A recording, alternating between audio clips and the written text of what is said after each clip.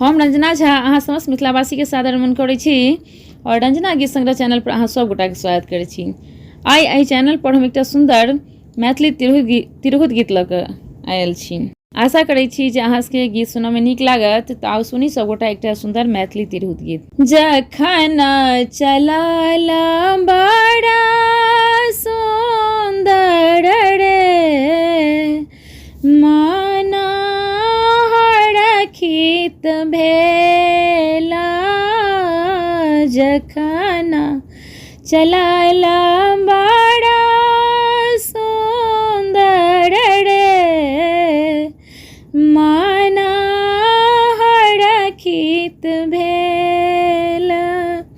पाछू स चंद्र बदन धानी रे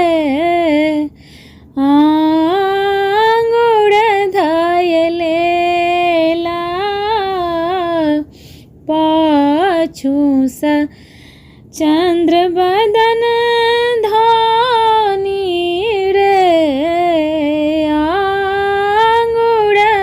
धयलेला, जखन चलल बड़ा सुंदर रे माना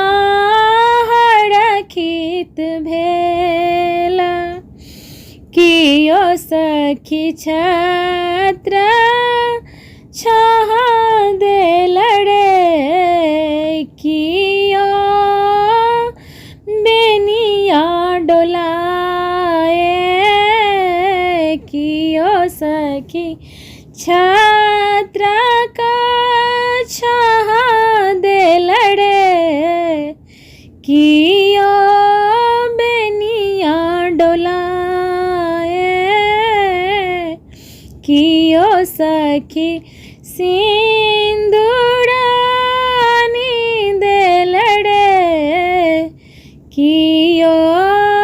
मंगल गावे,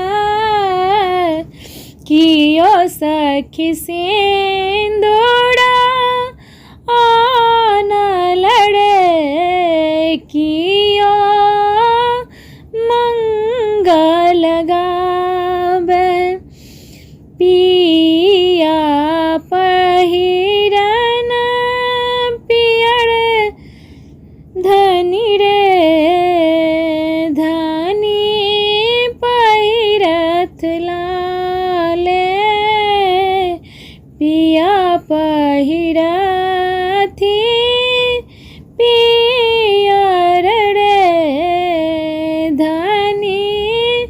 पहिरथी लाले, दोनों के केरायब गेठ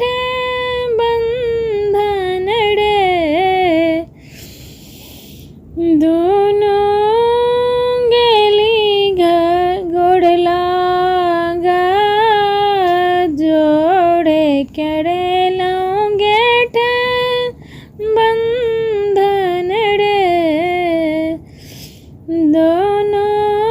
गेली गोड़ लागा, गोड़ लागा चलली देवी घर रे, जहाँ रहथिन भवानी, गोड़ लगल गेली देवी घर रे, जहाँ बसती भवानी, जखन चलल